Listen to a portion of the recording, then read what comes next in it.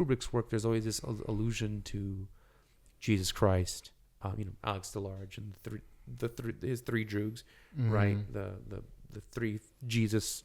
Oh yeah, the little figurines, yeah. Right, and this is my opinion, Eric. I'm gonna say something that's pretty crazy. Okay? Let me hear it. This is pretty crazy. So this is my opinion. I think that there is an allusion to Christ in 2001: A Space Odyssey. This is the most unreligion movie possible, right? Because it's about evolution, right? But in Genesis, la tierra estaba desordenada y vacía. The land was empty and disorganized. And the first thing you see in the dawn of man is that the earth was disorganized and empty. There was really nothing, right? And so then when the apes come in contact with them, I'm not saying that Kubrick believes in Jesus Christ. Yeah. I'm saying that there's an allusion to the Bible or Jesus.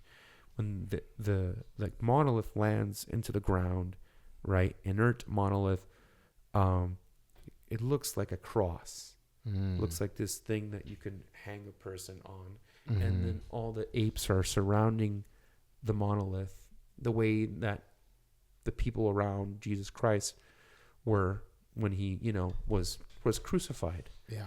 And then all the human beings afterwards come to believe and to worship all the things that are shaped like the monolith. Like all the screens that Dave Bowman and Gary Locke would look at, it's shaped like this, it's a rectangular shape, right? And they worship technology, and technology has become a part of their everyday life. It's not that you use technology uses you. It's ubiquitous to the air that you breathe, and I think some other filmmaker said that. But in 2001: A Space Odyssey, you have the 220 aspect ratio, right? It has this rectangular aspect ratio like the monolith.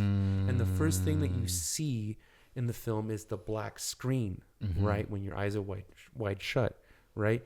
And it's like you're inside the monolith, right? And then the music cuts off, right? And then you see the lion, or the MGM line, and then you see the sun come out from behind the moon, right? And you're enlightened, right? From the darkness, your eyes are wide open at that point. They're not shut anymore, right? And the way of God or Jesus Christ is the way of the light, or the way of what's the word? Enlightenment, right? And so one of the craziest things, and I don't think it's beyond Kubrick, is that, when he presents a monolith, it's presented in this way, in this rectangular, vertical way.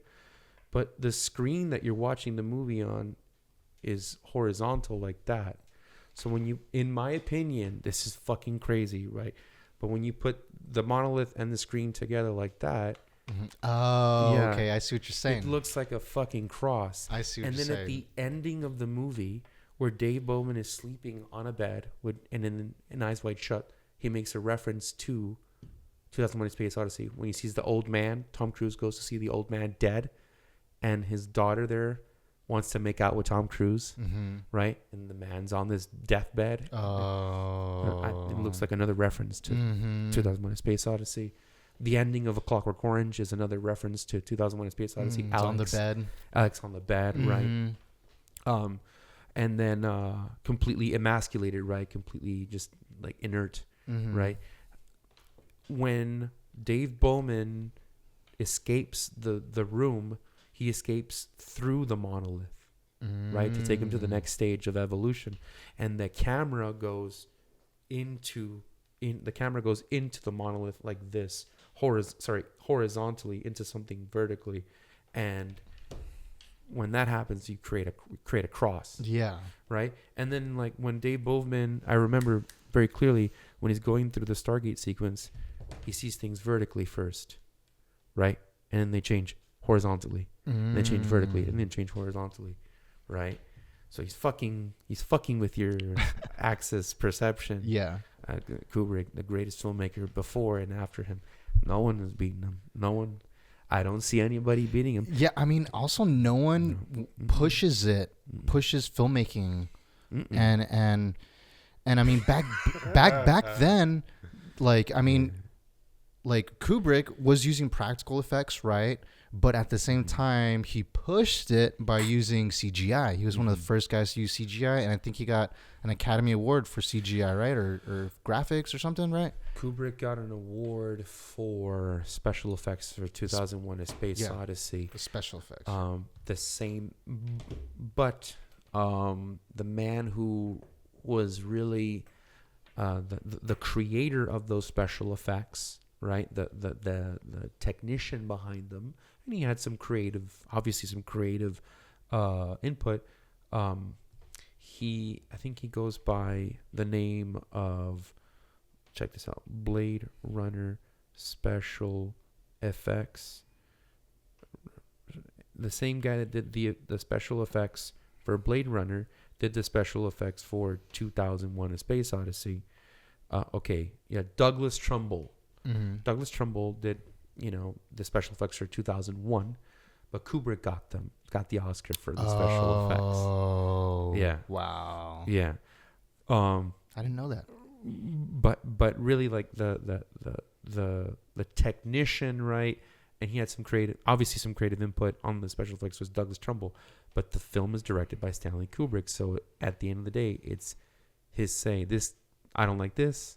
Change it. Okay, make this a little bit better, but I want something a little bit different. Okay, I like that. Keep that. Okay, cut that out. And of course, Kubrick had to, obviously had his own creative input into the special effects, but Douglas Trumbull, in my opinion, should have also gotten credit and should have probably gotten that Oscar.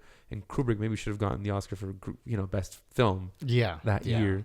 And Douglas Trumbull should have gotten more recognition and for his effects on Blade Runner and like other films as well.